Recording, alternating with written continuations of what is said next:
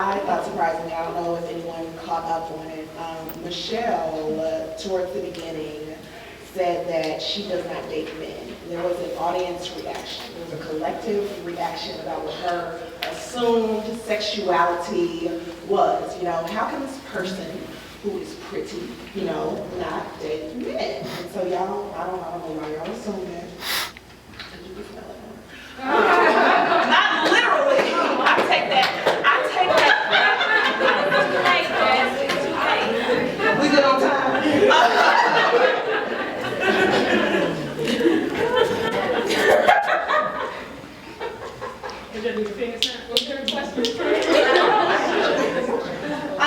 So I'm interested in, was I the only one who saw the audience reaction? No, I saw it too. Okay. And then when she said lesbian, and some of y'all are like, oh, so not only do you not date men, but you're a lesbian too. Like, I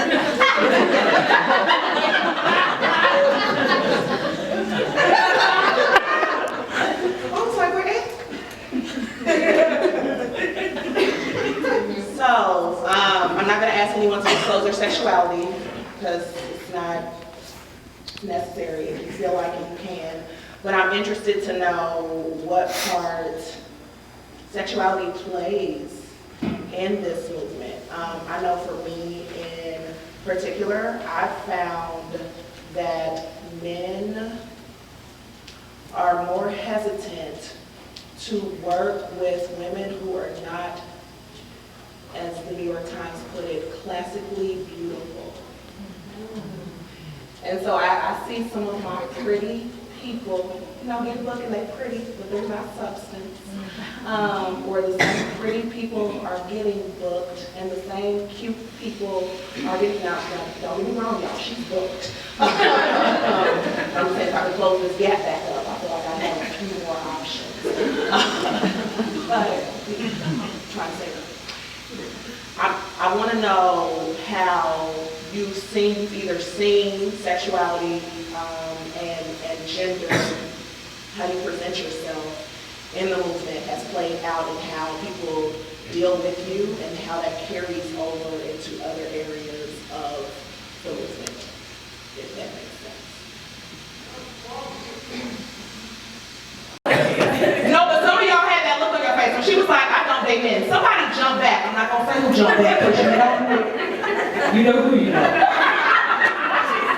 They know who they are. But then she said she didn't date men. You jump back, and then she said she was a lesbian, you know, that's what y'all want to call it. And y'all was like, wait. And y'all was like, wait. 2 plus 2. Anyway. So, disclosure purposes, right? So I am a non-binary femme, okay? Yeah, you say that again? I'm a non-binary femme. What does that mean? Okay.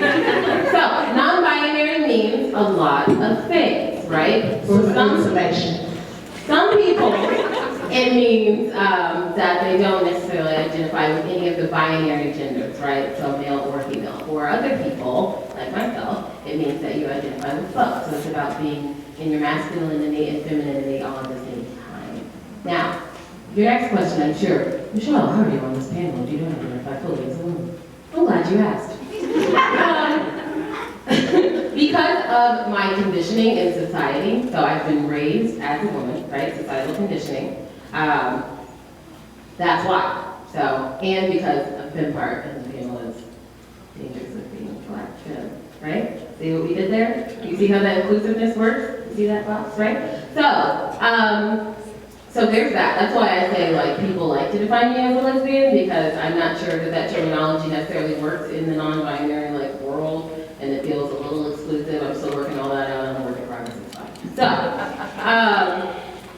I date women and other non-binary people. That is the thing. People don't always expect it because people assume that all, like, lesbians or people on the gender spectrum, they assume that they're all going to be masculine presenting, right? So the assumption is that I'm going to be in a flannel and my dyke boots all the time, which is about 75% of my life. It's fine. So I mean, like, don't get me wrong, like, that's part of, like, an aesthetic that I adhere to sometimes, but also you can catch this mascara, you know what I'm saying?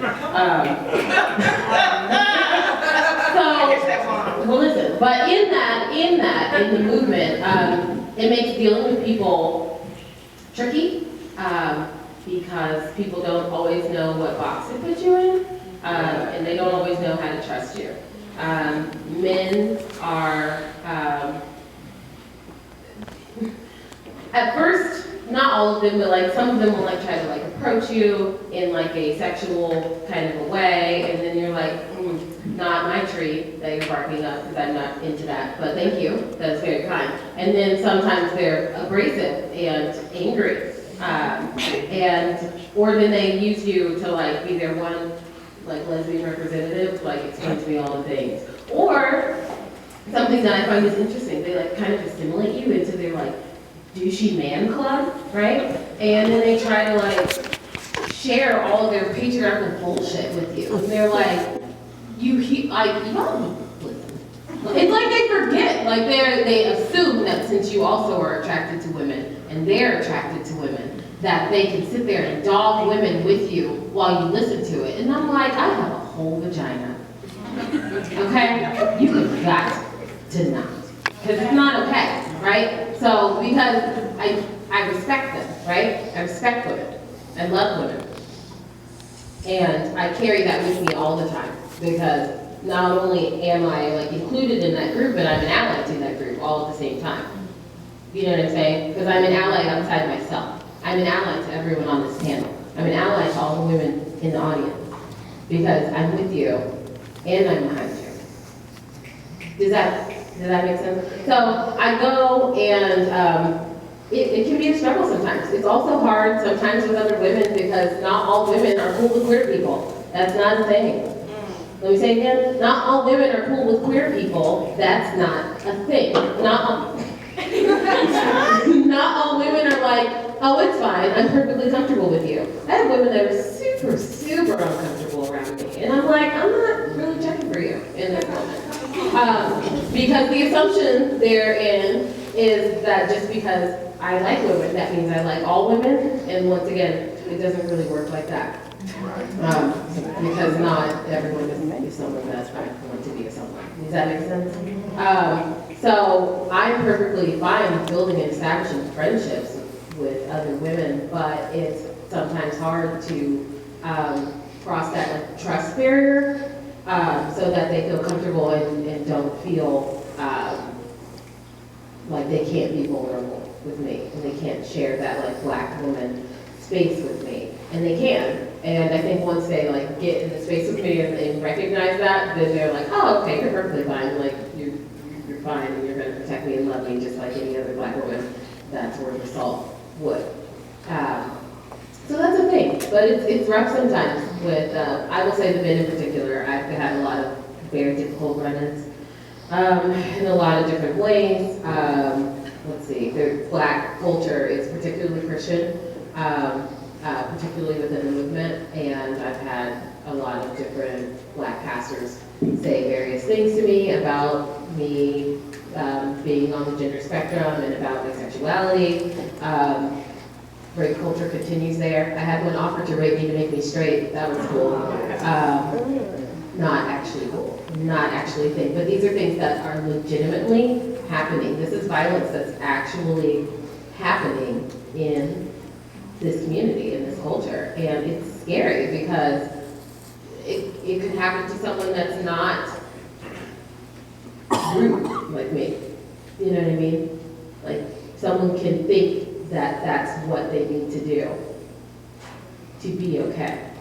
And that's not the point to any of this. That's not what this message is. That's not what this revolution is. It's not finding another way to oppress us because we're different. It's for all of us. It's supposed to be for all of us. If it's not for all of us, then it won't be for any of us. I think it's very interesting, so I'm gonna kind of like work through this as we're talking about it. You know, you have like a lot of thoughts, but you don't really know how to word everything. So to be on the opposite side of that, so I date men, and I'm straight.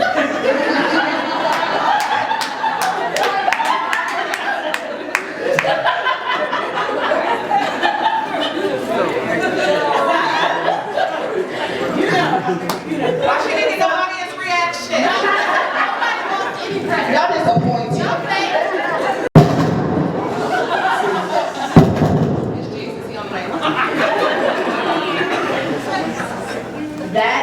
the very reality that I kind of want to speak about. So in the world that I kind of operate in, as a straight black woman, as an artist, and I can kind of speak to this too, as an MC, right? So we are around, a lot of times we are in venues and shows, and we're the only women in it. And so a lot of the men, there are many men in our community who are very patriarchal, or they're not intentional with their language. And they kind of operate in this, maybe like societal norms and how most people think and operate, right? So for me to be on that side of it, I've been looked at certain kind of ways because some of my closest friends are queer, gay, or lesbian. And you have to also understand that, whether you're an artist or not, when people know you, they also look at who you hang around.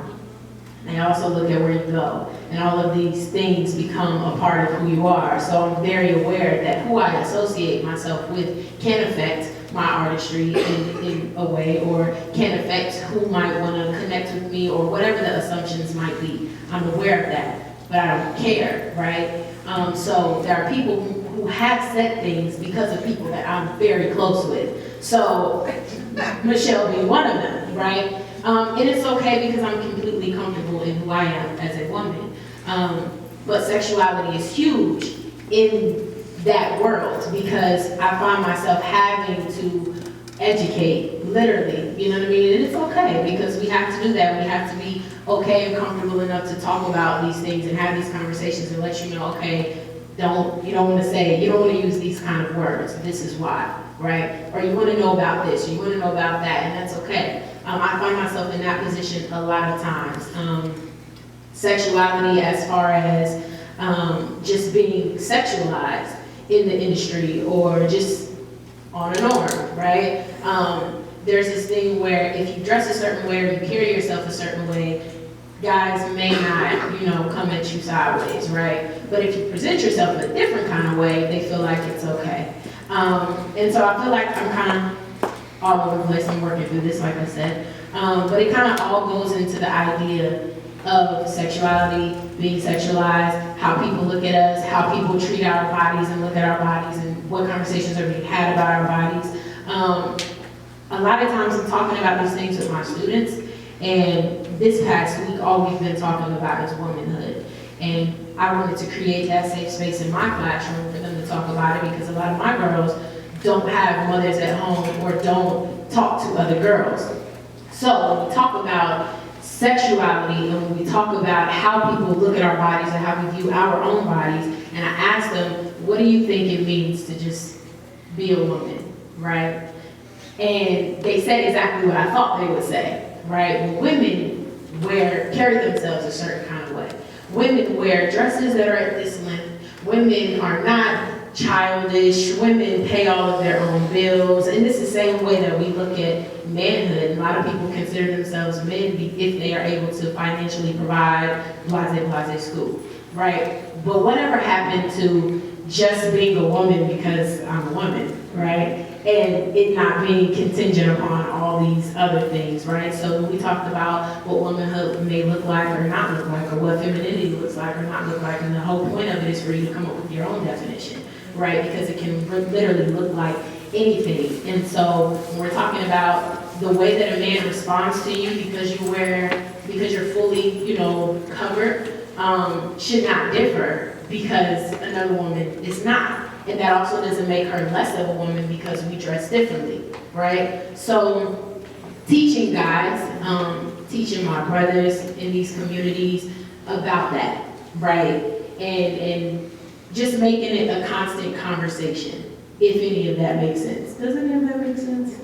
Okay, yeah, just making it a constant conversation. And I do just want to put this out there for anybody in this room who kind of deals with the same thing as a straight male or straight female, and you're friends with people who are queer, lesbian, gay, non-binary, whatever the case may be, and you're getting backlash from, people in your community because of that, that is your time to support and affirm and speak out and not, be afraid of that because, seriously, speak out, right? Because I have to care less what people think, because at the end of the day, these are the women who protect me, who love me, who support me, and I would never not be there for them because of whatever anybody else thinks, regardless of being someone who is an artist, who is on a platform where you see me and how I don't care. So even if that's not your position, speak out, affirm, support, because when we say that Black Lives Matter, that's all Black lives, right?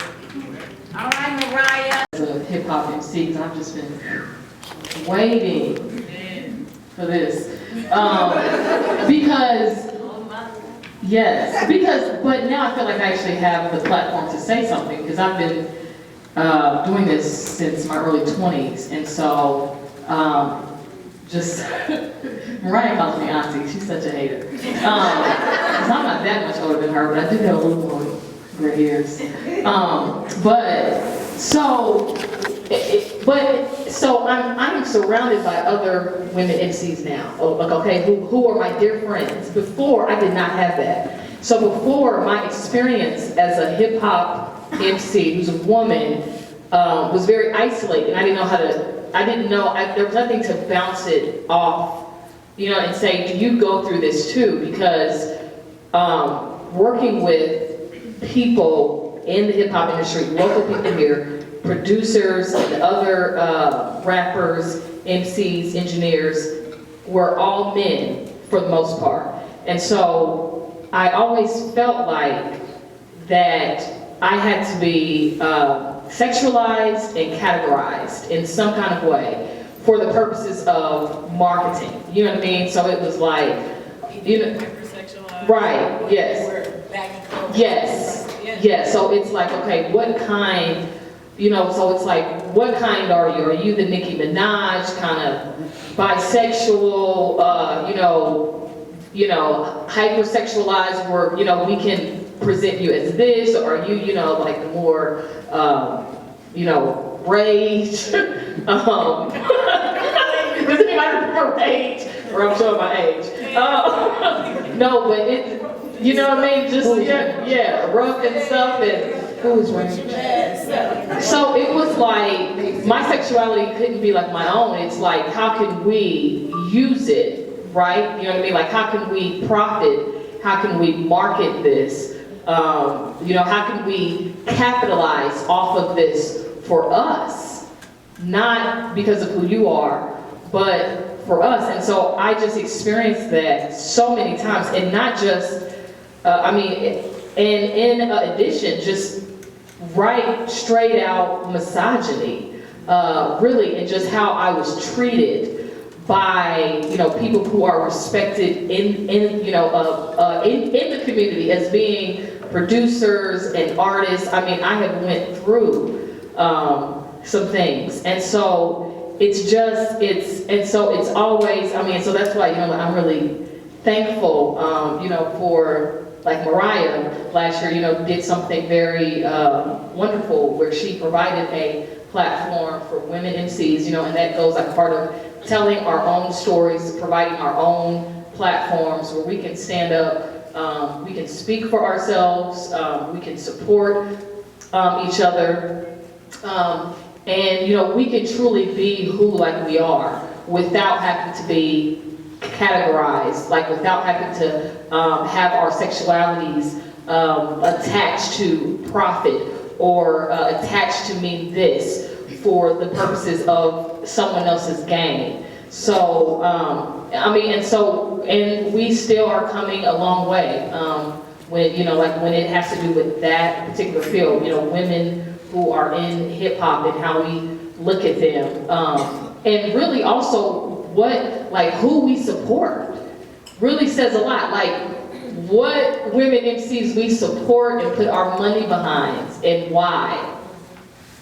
You know what I mean? I think we need to ask ourselves that as well, because I think that says a lot about who we are. There's some, okay, I'm just gonna pass the way. So, but I think that is something that we have to think about, because I can go on and on and on and on about that. I think, just to piggyback off that real quick, accountability. Again, accountability is important, it's huge. So for me, it's almost like if you're cool with an artist, right, who makes music that is derogatory or that undermines me or belittles me or objectifies me or whatever the case may be, right? That's your friend, and he makes that kind of music, right? And you like, yo, but I don't make that kind of music. I mean, I love women, but you listen to it, I hold you accountable because that should cost him something as your friend. It should cost them something. So if that means that you're not putting your money behind it, you're not paying for it, or you're not cool with them no more, it should cost them something. Hold your friends accountable, hold your leaders accountable, call them out, because if you are associated with it, then to me, you agree with it. Okay, I hate to cut it short. Can I say one thing? I'm gonna be brief, but what you guys have brought up, I've never expressed that with anyone because in my town, there's not any black activist women. And so I've found that misogyny makes its way within my organization a lot. Men think that if they help me out, that they can help themselves to me. That if they carry a box out, then I owe them a date. And if I don't, then they don't show up. So that's what I've been dealing with sexuality. And making sure that I don't blame myself. I come to each meeting or event and make sure, okay, wear a blazer, cover up, don't, do that. I want this or whatever. It's not my fault. And I'm trying to stand in that right now. That's something I'm dealing with right now. So I just wanted to express that. And I'm sorry that you guys have gone through that, but just expressing that as some solace in that. So thank you.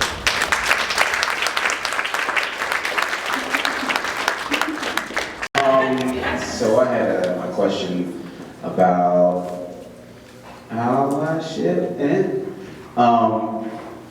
So I was pretty much raised sexist, homophobic, whoopty-whoopty-whoopty-woo, and I didn't come into understanding dehumanization until my early 20s. So, being in that community and having, and then getting all of this, and then being able to be a part of those dialogues or whatever felt good, and then coming back home is always like stepping back into the 1920s. It's like everybody still thinks that, people still make gay jokes, people still make, or victim blame, it's terrible. So I currently live with all of my brothers in the family house, so we always have a place to come until it happens. But we currently live there and we're fixing it up. And I constantly find myself in a position where I am listening to that language, the conversations, the kind of state of mind that I was raised in. And so I'm always saying something, but it doesn't seem to be productive. I don't believe in just going up and being like, all right, okay, I'm about to check you, and it doesn't get anywhere. So I guess I want to pick you guys' brains on how can I have a productive dialogue. I'm gonna pass the mic, but sometimes you gotta stop talking and leave. And I'm sure they have their own responses, but I've felt this myself in church homes that I've been a part of, and I've recognized that as I'm starting to develop myself and not necessarily agree with what everybody else does, that they're wanting me to be silent more or that they're not listening. People will notice your presence is no longer there if you leave. It's only so much you can say. And eventually, as you become deeper entrenched in the communities that are being marginalized and being, oppressed and being killed and murdered and silenced and everything, you'll start to feel less and less safe at home. And so when home is no longer a safe space, it's time for you to establish a new nest. Amen.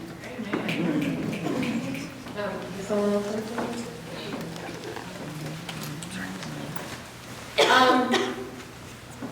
I probably find myself having these conversations a lot, actually, with a lot of men. But I think it's, sometimes I kind of turn the tables on them, because sometimes that seems to be effective if you put them in those shoes. If you make them understand it in a way that's tangible to them. I hear people talk about men in gray sweatpants. I'll talk about them. What message are you sending?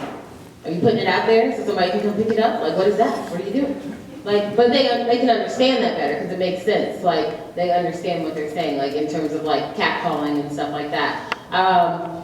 In terms of like them making like homophobic remarks, that's hard because like that terminology is embedded into a lot of conversation and like the way we're raised, and we come up and we say things like that's gay and it's supposed to be bad, or we use like the F word and that's supposed to be bad. But you have to redirect that. Like, why are you calling them that? Why do you feel the need to push these people down? Like, why do you feel threatened by that? That's a question I ask a lot. Why does that make you feel threatened? Because when you ask people why they feel threatened, then they're forced to deal with why they feel threatened. So that might be something that might cause a little bit of introspection to them, to at least make them start thinking on their own. Real quick, Theon, so first of all, you're great at breaking things down, in my opinion. And you use a lot of like analogies and like, you basically explain something that has like nothing to do with what we're really talking about, but it actually has everything to do with what we're really talking about. You just use different characters, a different setting, a different, all of that to explain it. So I would do the same kind of thing sometimes to communicate what you're trying to communicate, because sometimes they may not hear you when you use language they don't understand, but they'll understand the concept. They'll understand it if you talk to them in a way that they will understand it. If you talk their language, not their language, but talk their language so they'll get it. Another thing I would say is to, a lot of times if I don't have the answer to something, or if I don't feel like I can properly speak on something, I will bring that individual to a space where somebody can, or I will introduce them to someone who can. So I would encourage you to invite them with you, because you're always in spaces like these. You're around us, you're trying to figure out how to, I would invite them to these spaces. So if you don't know how to explain it, somebody up here, somebody in the community or whatever can explain to them better than you can. And I will also say, little by little, especially if these are people that you care about. So like Jesse said, I think it's important sometimes to remove yourself, right? But when these are people that you care about, you really want them to understand. And sometimes you have to introduce it to them little by little. For me, it was like with my family, for instance, I moved to Chicago, I changed the way that I was eating, right? My family wasn't eating like I was eating. So like my mom was cooking with all this salt and everything was in grease, and you know what I mean? And, you know, my brother, like they want yams and macaroni and greens every single night, right? So for me, it was, I'm gonna be an example. First of all, I'm not gonna say, yo, y'all need to stop eating all of that, because, so for me, it was being an example. When they ate that, I ate differently. Or when my mom was cooking, I was like, can you make me something different, can you cook mine without all of that? You know, but it was also teaching her to, okay, this is good if I cook it with Mrs. Dash and not salty stuff, right? Or I would explain to her, when you cook with this or when you eat these things, this is what will happen to you. These are the long term. I explained it, right? So I feel like when you explain the why of things, people start to understand a little bit more. So also with explaining why, I would also ask why. Ask why they think the things they think. Ask why, like Michelle said, ask why, because most of the time people don't even have a reason as to why they do or feel certain things, but they are subconsciously influenced by everything around them and they haven't really thought it through themselves. So I would say ask why. So.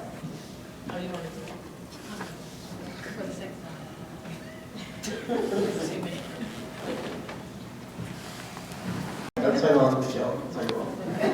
So, basic question is, I actually listened to it for more than 30 minutes. This is great, this is a great thing. What was I about to say? We talked about how some women or women of color are afraid to come out because they may seem masculine or strong or aggressive or overbearing. My question for you guys is, what was that turning point for you guys where you were just like, look, I'm tired of this?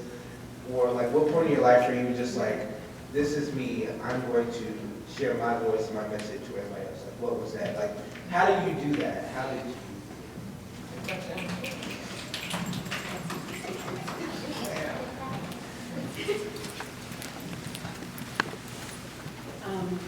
I think one of the biggest turning points is that you have to realize what you internalize. And I think that everyone has that at different stages of their life. But you have to realize what kind of culture you've been raised in. And every single Black woman here on the stage has been taught to hate herself violently and to literally put herself on the altar for everyone that she knows, and in spite of herself, destroy herself for the greater good of mankind. So one of the very first things that love is not self-sacrificing. I'm sorry, you might believe that. I do not believe that any longer, because I was dying and now I'm living. It's a big difference in the way I feel. And I really truly say that because we watch it. I mean, literally, we watch it. We've watched it. We are watching history. We watch history. We're watching stories play out, narrative after narrative, and we see the same thing, the same violence, the same corruption. We keep seeing it in different forms. It's still an ideology that's literally being embedded as running throughout the DNA code. It's called epigenetics, and a lot of people actually study it. It's literally in our bodies to pit ourselves, like just sacrifice ourselves. And so I'm not doing that for anyone because it's not helping anyone. None of you are helped by me being destroyed. But me loving myself, that was the first thing I had to say to myself, that I hated myself so that I can love myself. And when I told myself that, that's because I was internalized. That's literally probably everyone here literally just need to admit to themselves that they hate themselves. Tell yourself the truth. One step, tell yourself the truth. Then tell yourself you love yourself, and keep telling yourself you love yourself. And it will be very uncomfortable when you start saying it for the first time. And you'll start feeling it. When you look yourself in the eye and tell yourself that you love yourself, it's a real feeling. You can feel it from the core of who you are, like the very foundation of who you are. If anyone teaches you that you are not made up of everything that makes up the heavens and the earth, then they are not teaching you exactly who you are. You are made up of everything. And so, that's a big thing. I don't know where you are now, but that's a huge thing. Literally, when you live and proclaim who you are, that is scary as fuck. I'm not going to use a curse word. That is very scary to people because you're unshakable when you realize that they can destroy your body, but they really cannot destroy that. They can't destroy your energy. Energy is indestructible. So if you set something in motion, something powerful like love and loving yourself, and you start to say that, and you start to preach that, and you start to put that out there, like it's powerful and it's so quick. You'll be amazed how far you go. Like this isn't like I'm doing this and something. No, this is a very, very beginning of a journey for me. And you leapfrog because you want to be yourself. That's who you always want to be. Like I was like people like. I really genuinely have stopped being like people are like, I want to be that person. And I went to Jamaica. Yes, thank you, this glow. Actually, that's what I'm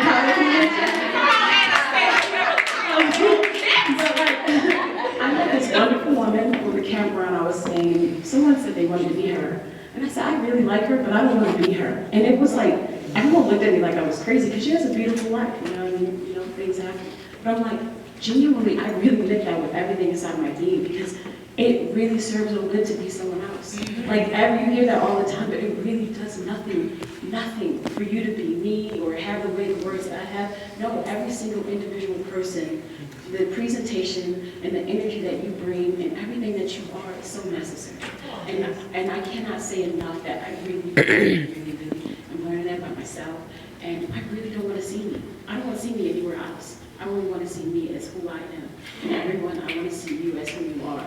And that journey really starts by really admitting the things you internalize. That's why I hate patriarchy. That's why I hate white supremacy. That's why I hate those things. I reject it. I don't like capitalism. I don't like any of those things, because when I accept any of those things, I'm accepting my own self-destruction. I'm saying that it's okay for someone to put me at the bottom and for someone to be at the top. And so I reject all of those notions. I reject those. I don't, those like devils, those devils are those things. I reject them. I don't let them into my life, and I literally preach that to myself. So I think that a lot of that journey for myself is you have to admit the faults. You have to admit what you put inside yourself. It's by force and or by just voluntarily living your life. You know, you have to admit these things. And I think that when you start to do that, it's really uncomfortable. Like, and it's not a lot of pleasantries. Like everyone is going through these different struggles, but the peace, like, you know, people like, we know them by their peace. Peace is something that I just started experiencing. It's real. And it's really a wonderful experience. Like, it's just nothing like going to sleep at night, not giving a damn, and not worrying about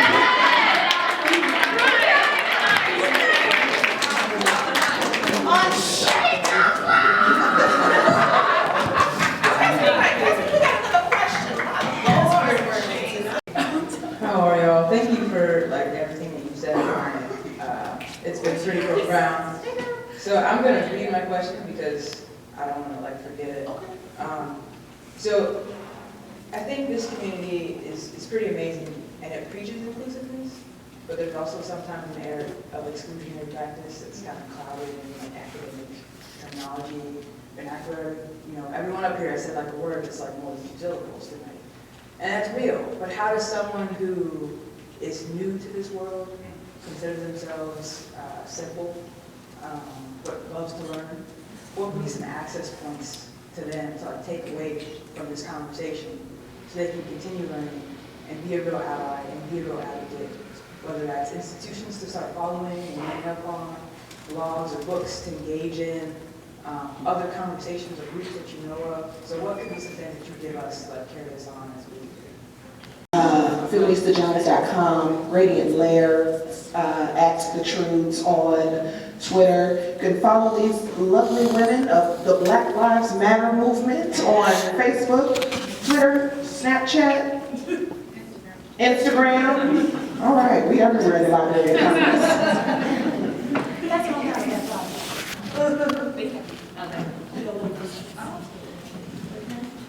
For me,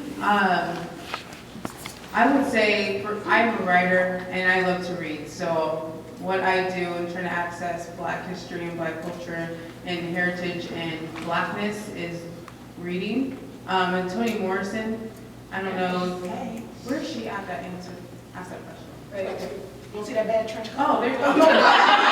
Stop them shoes. Honestly, Toni Morrison has changed my life.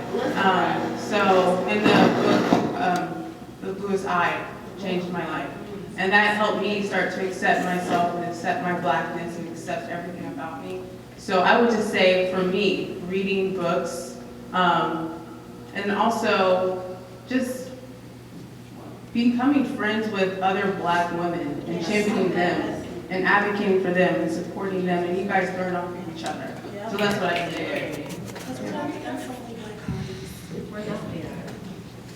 I think it's, really good that you acknowledged how, almost alienating that like activist culture can be for folks who are involved in it already.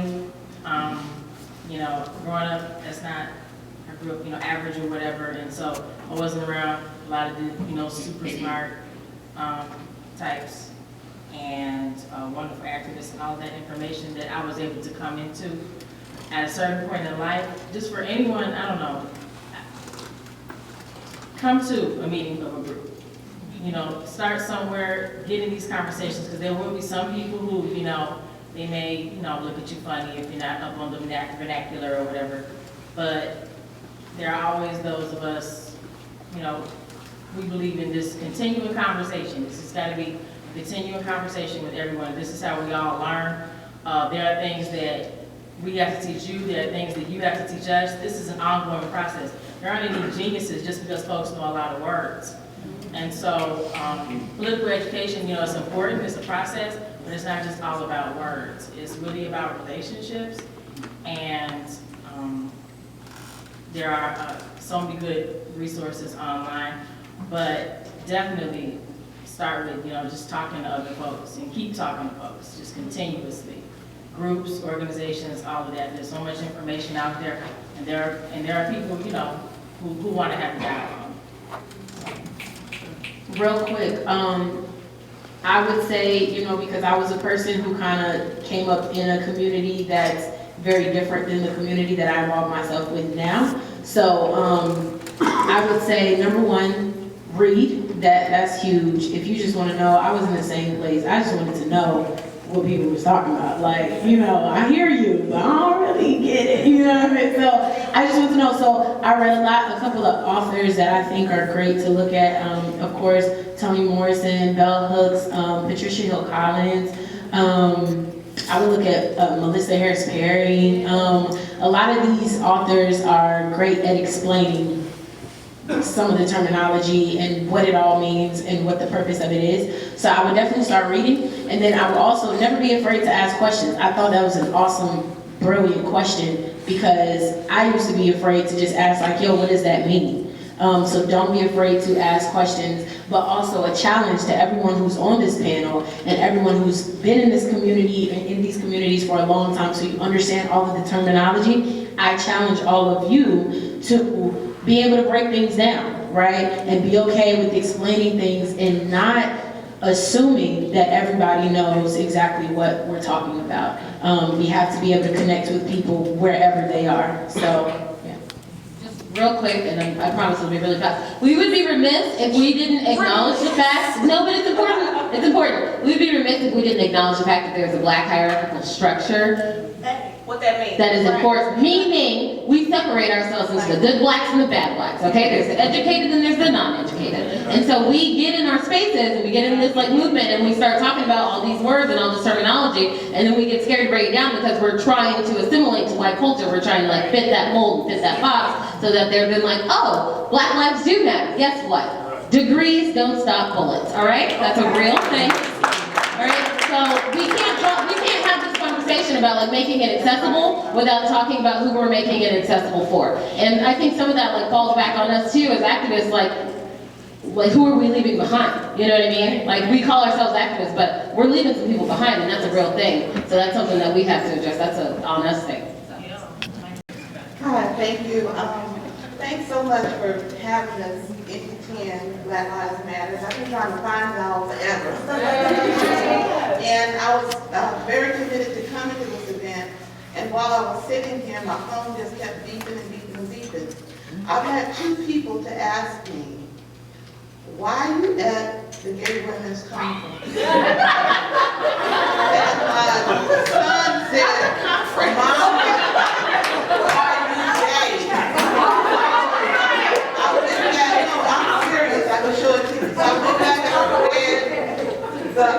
read the thing. Honestly, I thought I was coming to, I thought it said, black women are doing, you know, the community activism and femme women. So I've learned some words tonight. I didn't understand really what it was about. So my question is, in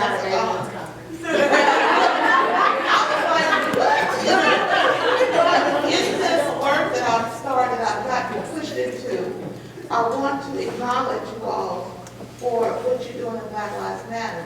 My only concern, or maybe my question, is my own ignorance to understand. So is our Black Lives Matter End revolution, is it the femme women's movement, and there's no place for an old woman, almost 60 years old, to work with you? Am I the ally? Do we work together? I want to know what's our role in the revolution, how we can work together in that revolution. I want to acknowledge you and applaud you for understanding and knowing when to be ungovernable by somebody else's rules. I want you to understand and know that there are those of us, me and all the other mamas and aunties, that understand how to love our people. Yes, auntie. Regardless of what your identity is, because that's really not a whole lot of my business. My business is you human, you belong to this family, and we love you. And after that, it's over. So yeah, Black Lives Matter, all the lives matter. To the black men, I'm going home and get online about us, okay, as well as our leaders. So the sister who asked, how do we get involved? I'm charging you all with bringing it to the table. I'm charging you all with having that panel to ensure that the message is delivered, that it has to be a collective, and Black lives can't matter until all the lives matter. So when people tell me all lives matter, my thing is proven. So I'm glad to be here. I don't know if I'm out of my place. They confuse me, okay? They confuse me. And just to know, it's not, you're not fighting alone, because there are those of us that want to be a part of that. So We need to hear. what's your next move, so we know how to move with you. Okay. I'm gonna answer the first part of the question as an honorary member of the panel. So, I think what's incredible about the women who are doing the work is that a lot of us started out with the Black Lives Matter movement in one way or another. I know Leah and Kyra went to Ferguson, as did I, for the Freedom Ride. There was a Freedom Ride, and that was organized by the organizers of the Black Lives Matter movement. And so from all over the country, in Canada and Mexico, somebody got there from Puerto Rico, I don't know how. I told you I don't do geography. So I don't know if there's a bridge or if it's, no, like in California. Like there's a bridge over troubled water. But the great thing about that is that it was a chance for the people who were there to get to know each other, for us to establish familiar faces. So like I saw them here and there, like peppered into things, but I didn't know until I came back home and then I heard about MB10. Okay, I can trust these people because they were in this space with me. They were having conversations that I was a part of. They were part of this group. They went to these conferences. They're doing the work, other things. So there's absolutely room for, as you said, it, aunties, and I love that loving term. You know, the way that she has approached us in and clearly there's a generational difference, but the way that she has approached us is the appropriate way for someone who is seeking to be an ally to connect with a movement or an organization or a group that they're not yet a part of. It's how can I help you, and is there space and work for me to do with you?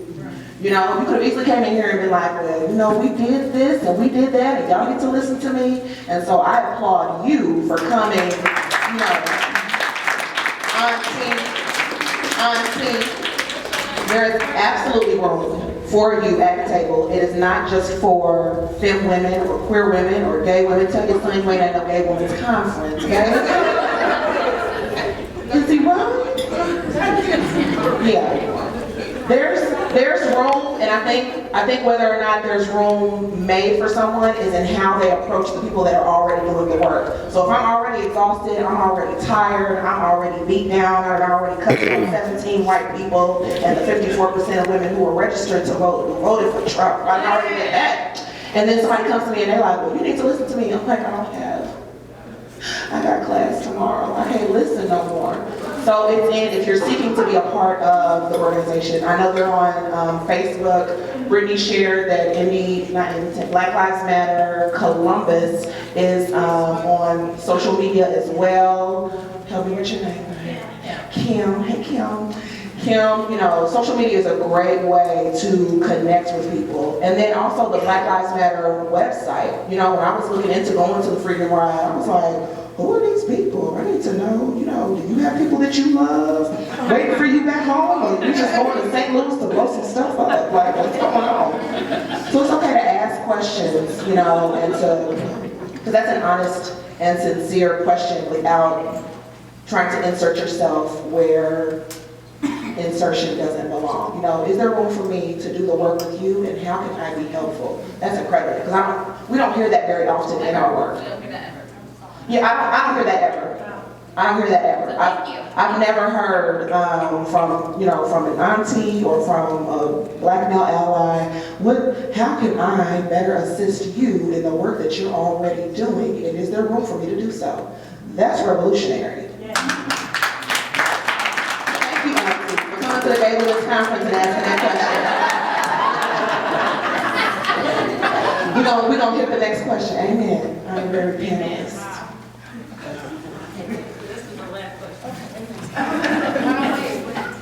What what you all said tonight. I feel like I've definitely learned a lot by being here. Like I straight up did just come here to be uncomfortable and to learn and to listen so that I can grow, with the community and engage in all communities. Like, yes, how can I put this? I date a woman. I don't date like women, you get what I'm saying? I date a woman very intentionally, and I am straight and Christian, but at the same time, I don't stand for any injustices, because the threat to justice anywhere is but justice everywhere, most definitely. And so I did intentionally try to engage with someone who didn't identify as queer, LGBTQIA. I actually learned that there was an A at that point. A is not for ally. It's not. I don't know. And I did think about that. I'm like, okay, I have to be careful with my approach because there is a stigma on me.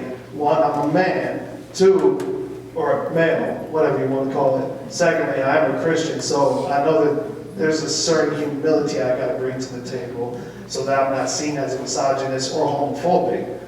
But I was still seen as that by one of the leaders of a particular Facebook group that I was a part of, and I got booted out. Yeah, and like, I've been learning that it's definitely hard to talk to people on Facebook because you can't read tone. So my question is, how does a straight black male, one, engage in this community without coming across as misogynist or homophobic? And how do I show that I definitely want to grow with you guys, uplift you all as my sisters, mothers, aunties, cousins, everything? You got a church? You belong to a church? Yes, I do. I love that. Okay.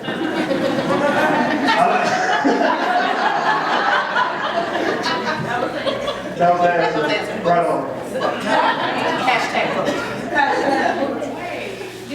I know, he is, but we're gonna lump it together and then we can, see what I'm saying? Method to my madness. Okay, I love y'all, no shade though. But my Michelle said all Black Lives Matter. So no shade, but where the trans Black women at? Good question. I can answer this, because I organized this, me and my friend Tyler. My co-organizer. Churches historically have not been a safe space for trans women. That would be the answer, in a way. Okay.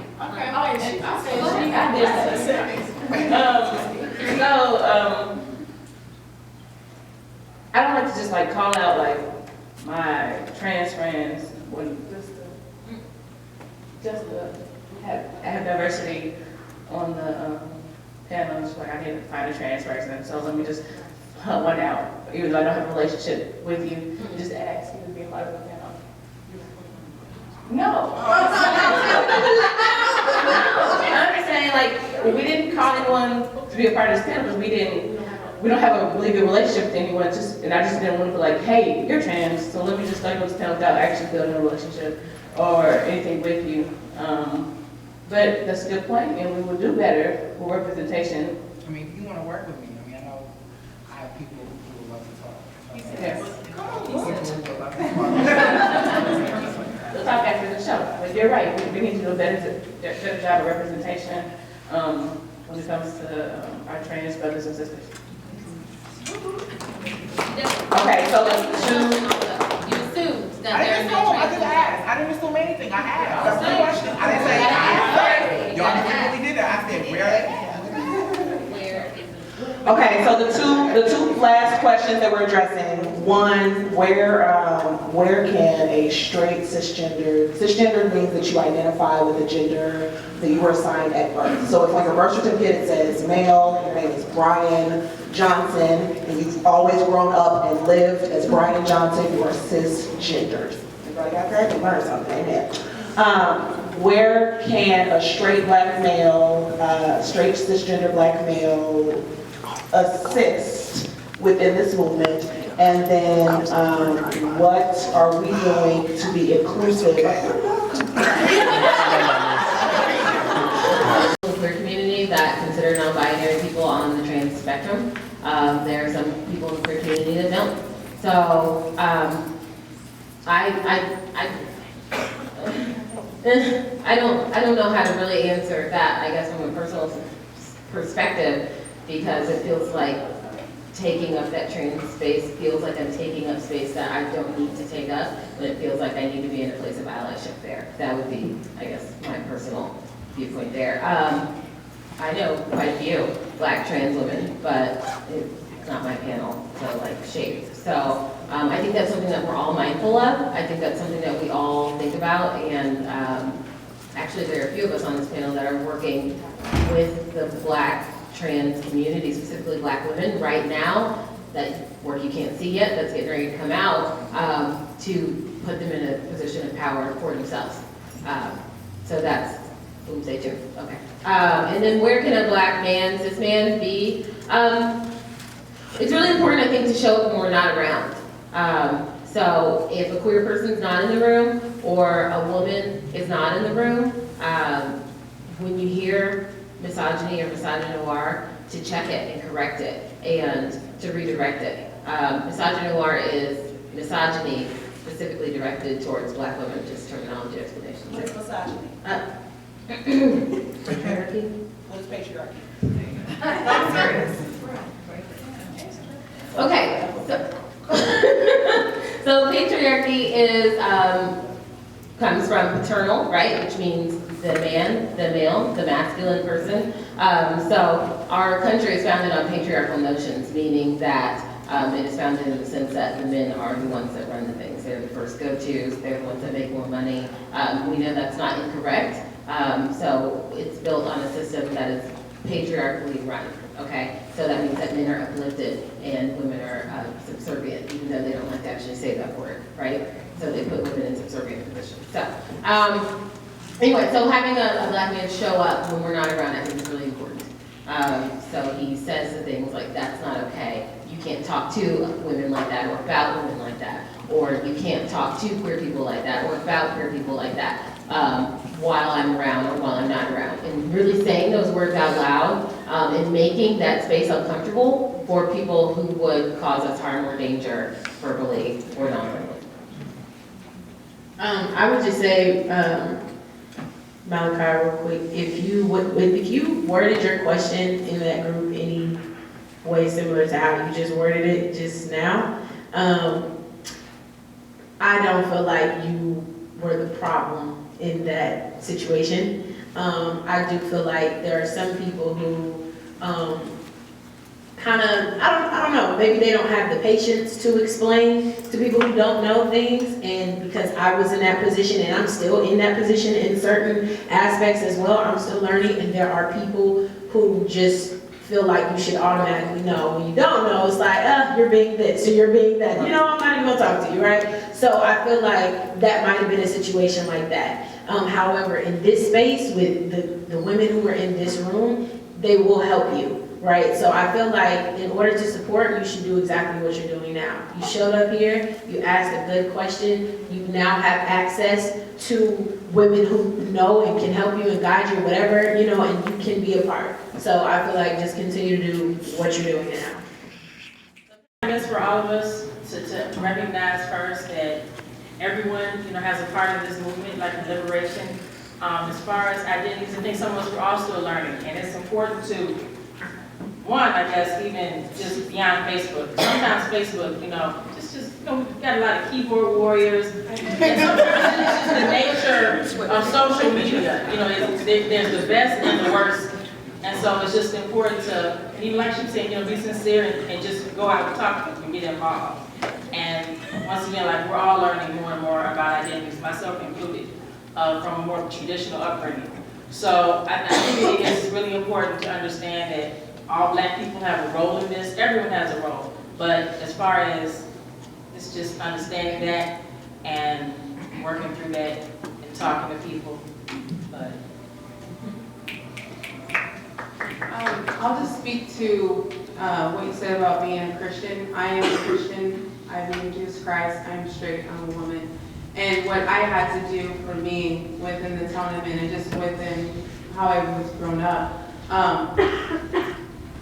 not being suppressed by the ideology of what God is within religion, but being God-like, showing love. So now I make the point, people know that I'm a Christian. I'm not unapologetic about that. I show up in the spaces for LGBTQIA. Is that right? I show up in those spaces. I go to rallies or events for trans women, and I just show love. That I try to break the stigma just within myself of what a Christian is, and I just show love, and that's what I do. So hopefully that.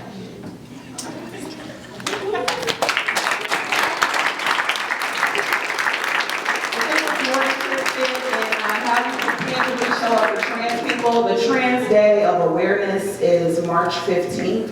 You can Google it, comma, your local city to see events that are going on. Make sure that you don't center yourself in that conversation or in that space and that you're just there. Sometimes being there, being supportive and silent is enough to start with. And there is an event on the 18th as well. Nuvo.net/calendar is a great way to look for alternative events that are going on that might not be highlighted by mainstream or traditional media forms. We're not taking questions from the congregation, baby. What you want? You want to book us? You can talk to us afterwards. If we talk about booking, you can find me. Amen. Find me. Okay, may the Lord watch. No, I'm just playing. Thank y'all for coming out.